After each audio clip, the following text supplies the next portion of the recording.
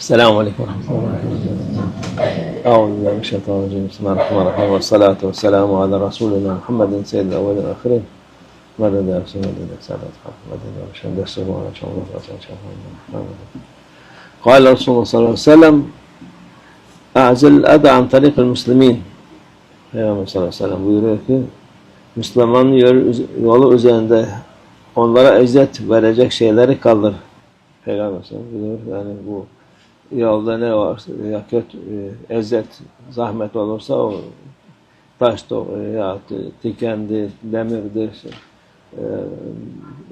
çöptü, onları kaldır diye emretmiş Peygamberimiz sallallahu aleyhi ve sellem. قال رسول الله صلى الله عليه وسلم: أمط الأذى عن الطريق فإنه لك صدقة. Peygamber sallallahu aleyhi ve sellem buyuruyor ki, yoldan eziyet verici şeyler, kötü şeyler, şeyi kaldır. Zira bu senin için bir sadakadır. Yani hepimize Peygamberimiz sallallahu aleyhi ve sellem bu emri veriyor ki bize fayda olsun, sadakadır. Sadakada Allah ecrini verir. Yani yolda, şimdi bazı insanlar geliyor yolda bana ne diyor, yapmıyor, hiç yol yanından geçiyor, ona değmiyor. Halbuki onu kaldırsan sana sadaka ecri vermiş olur, hem de sevap kazanmış olursun. Kâle Resulullah sallallahu aleyhi ve sellem: Gâferallahu azze ve celle liraculin amata غصن شوكا عن طريق عن الطريق ما تقدم من دمه وما تأخر. Peygamber sallallahu aleyhi ve sellem buyuruyor ki, Yüce Allah yolda bulunan dikenli dalı kaldıran bir adamın geçmiş ve gelecekteki günahlarını bağışladı diyor. Peygamber sallallahu aleyhi ve sellem. Bu da büyük bir şeydir. Yani geçmiş için günahlara affedilir. Bu Peygamber Efendimiz sallallahu aleyhi ve sellem bize ikramıdır. Gelecek olacak günahları da vesile olacak. Çünkü gelecek günah ancak Peygamber Efendimiz sallallahu aleyhi ve sellemin ona mağfiret etmiş. Bedir sahabelerinin, ama bize de bunların bereketi olup da gelecek günahların da affolacak demek inşallah.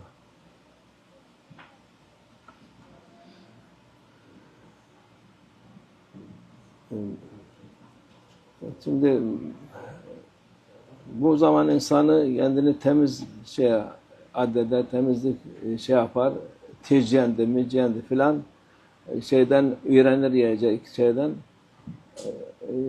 2 gün önce bir gittik. Allah'ın verdiği güzel bir yere gittik. Yolun bütün kenarı, dağ, taşı, pislik, ne kadar yemiş, içmişler, atmış, yemiş, içmişler, atlar. Ya mübarek, bunu yaptın, sana zarar, sana vebaldir bu. Günah olduğunu bilmiyorum, vebal, günah mıdır değil mi? Vebaldir yani yapılan bu şey. Peygamber sallallahu aleyhi ve sellem, yani İslam'ın güzelliği budur. Millet İslam'dan yapar, İslam kötü de gösterir. İslam en güzel şeydir. En iyi şeydir. Peygamber sallallahu aleyhi ve sellem işte buyurdu. Bütün hadisler böyle: temiz olun, pislik yapmayın, eziyet vermeyin insan, eziyet atmayın. Şimdi sen oraya atıyorsun o yediğin içtiğini, halbuki sen bir poşete koyup alıyorsun, orada belediye kocaman variller koymuşlar, koymuş, onun için atacaksın, alıp adamlar onu halledecek. Sen yok, alıyorsun, maşallah Müslüman olmayanı, namaz kılmayanı aynı şekilde. Nerede insan, nerede çokluk, orada pislik derler ya, işte aynı öyle oluyor insanlar. Peygamber bütün hadisler baştan sona kadar bu iyilikten, bahsediyor. Müslümanım diyen insan bile bunu yapmıyor ya. Kâle Resulullah sallallahu aleyhi ve sellem: Kâne alâ tarîk gusnun şeceretin yu'din nâse fe'amâtaha racun fe'edkhilel cenne. Peygamber sallallahu aleyhi ve sellem buyuruyor ki, yolda insanlara eziyet veren bir dal vardı. Bir adam onu kaldırdı ve bu amelinden dolayı cennetlik oldu. Cennete sokuldu. Yani ne kadar büyük bir fayda insan için, ahireti için ve insanları kötülükten, zarardan koruması cennetlik oldu diyor Peygamber sallallahu aleyhi ve sellem. Sırf bu dalı yoldan kaldırdığı için. قال Resulullah sallallahu aleyhi ve sellem لقد رأيت رجلا يتقلب في الجنة في شجرة قطعها من ظاهر الطريق كانت تؤذي الناس. Peygamber sallallahu aleyhi ve sellem buyuruyor ki insanları rahatsız eden yol üstünde bir ağacı kesen bir kimseyi cennette nimetler arasında yüzerken gördüm diyor Peygamber sallallahu aleyhi ve sellem. O kadar yani o insanı Peygamber sallallahu aleyhi ve sellem çünkü o her ahireti her şeyi gören o insanı sırf bir yola düşmüş, yola sarkan ağacı insanlar rahat geçsin diye onu kesti diye cennete cennet bahçelerinde ulaşıyor diye görmüş Peygamber sallallahu aleyhi ve sellem.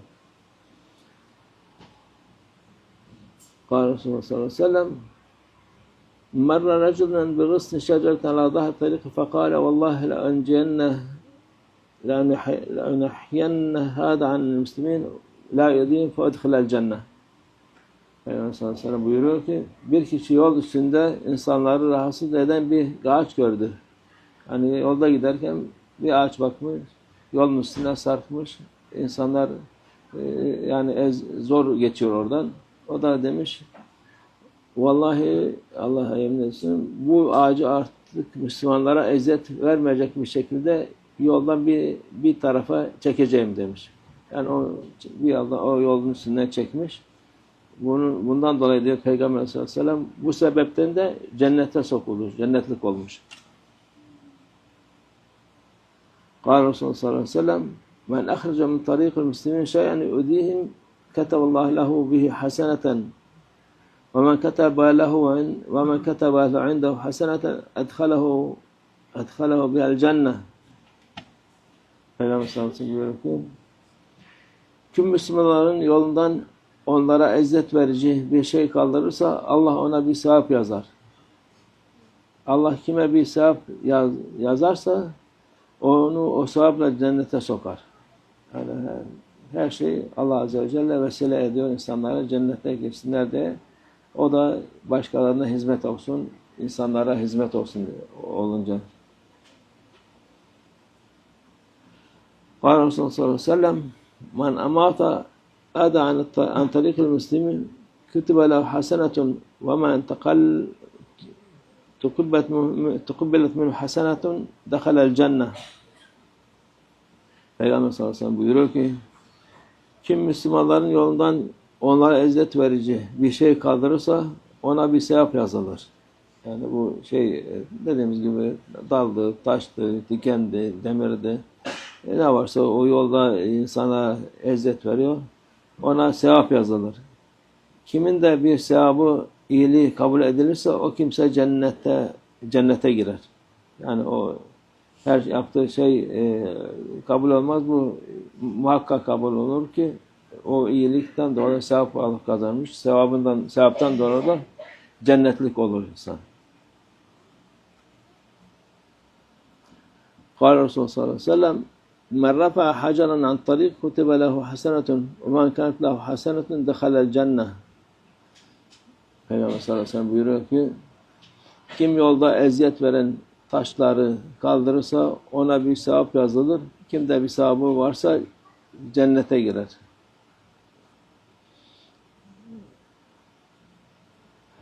Peygamber sallallahu aleyhi ve sellem gene buyuruyor ki Resulullah sallallahu aleyhi ve sellem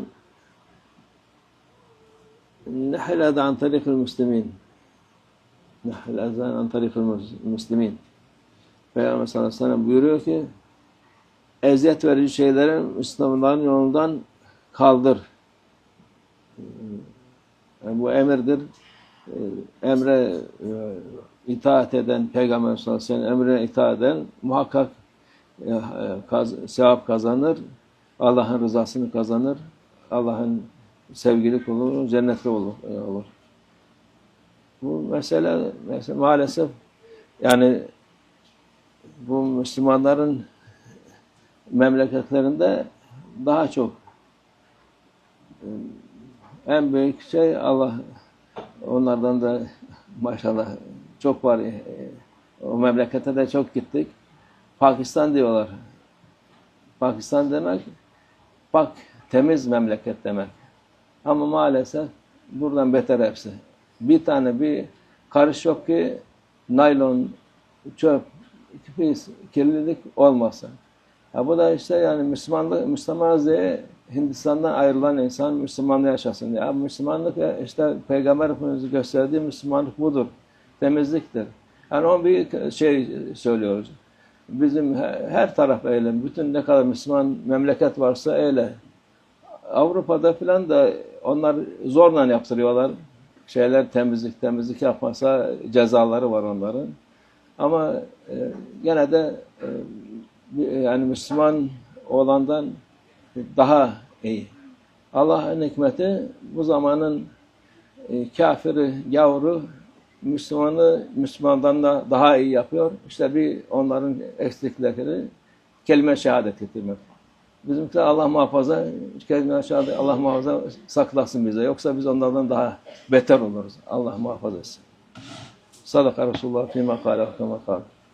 Ziyadet ila şerefin Nebi sallallahu aleyhi ve sellem ve aleyhi ashabi kiram cemiyel enbiya ve mürselin kudama şeref emmet arba'a ve ila arvah meşayihina fi tarikat Nakşibendi aleyhi khassatin imam tarikat Gavs el-Khalifa Khaca Bahauddin Muhammed ve Yusuf Bukhari Seyyidina Bukhari Gazvani Mevlana Şeyh Şerafuddin Davsani ve Şeyh Abdullah Fazıl Davsani Mevlana Şeyh Muhammed Nazım Hakkani ve sair saadatın ve sıddıkîn ve men hadatın civarı Hüseyin Hafız Efendi ve Refaka Hacı Mustafa Terabi cümlemiz geçmiş şerhu hacim. Şehit şuhadaların ruhları için hayırlara gelmesi, şerlerin defolması için. Allah Teala Fatiha.